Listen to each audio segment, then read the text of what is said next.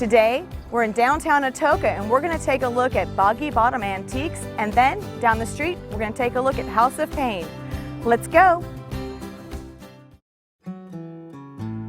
In 1904, Samuel Damey built this building on the southeast corner of Court Street in Ohio. Mr. Damey put in a dry goods store and a grocery store, and through the years, this building has held several different businesses. One of those was Sam Joel's, who bought the business from Mr. Damey.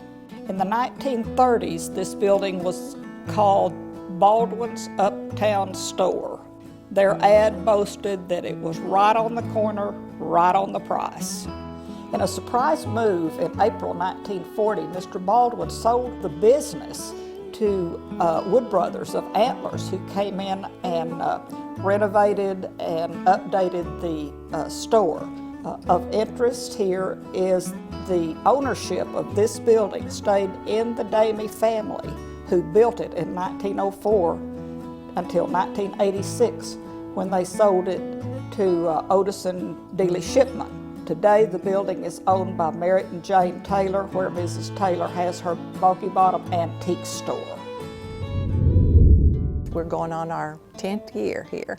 I have been selling antiques for about 20 years. It's a fun job, it's an exciting job. It can be about fine china, it can be about crystal, it can be about stuff from the barnyard, old tools, old equipment, everything, anything that anybody ever used in the past. People like it because it reminds them of grandmother or grandfather or their childhood.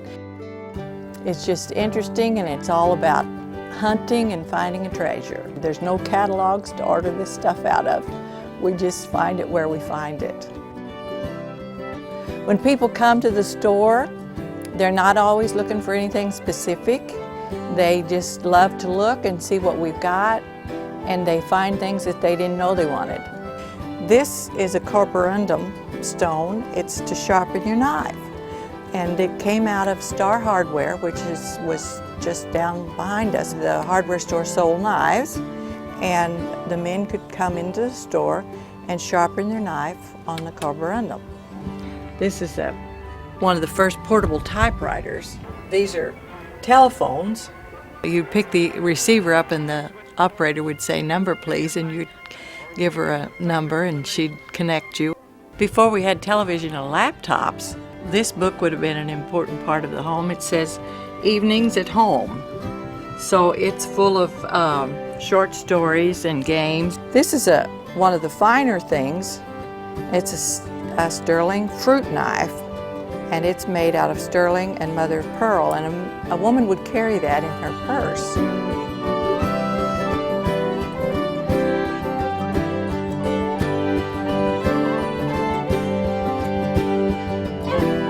We don't really carry what people would say were necessities. They're just fun things and nostalgic things and good stuff.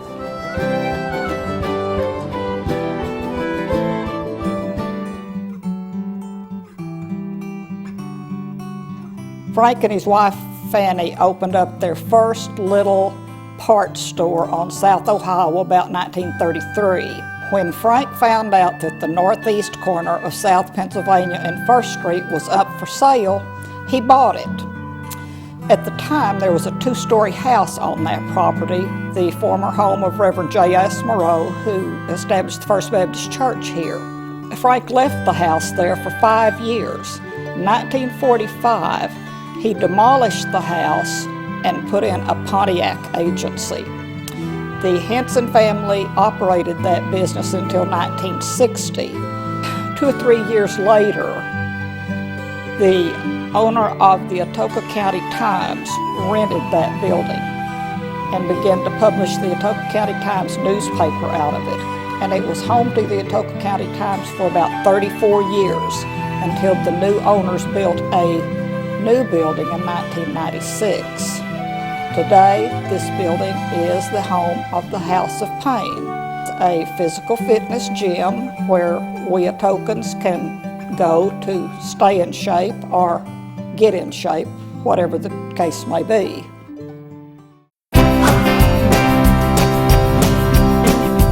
My motivation for opening up the gym came from my older brother, Sean.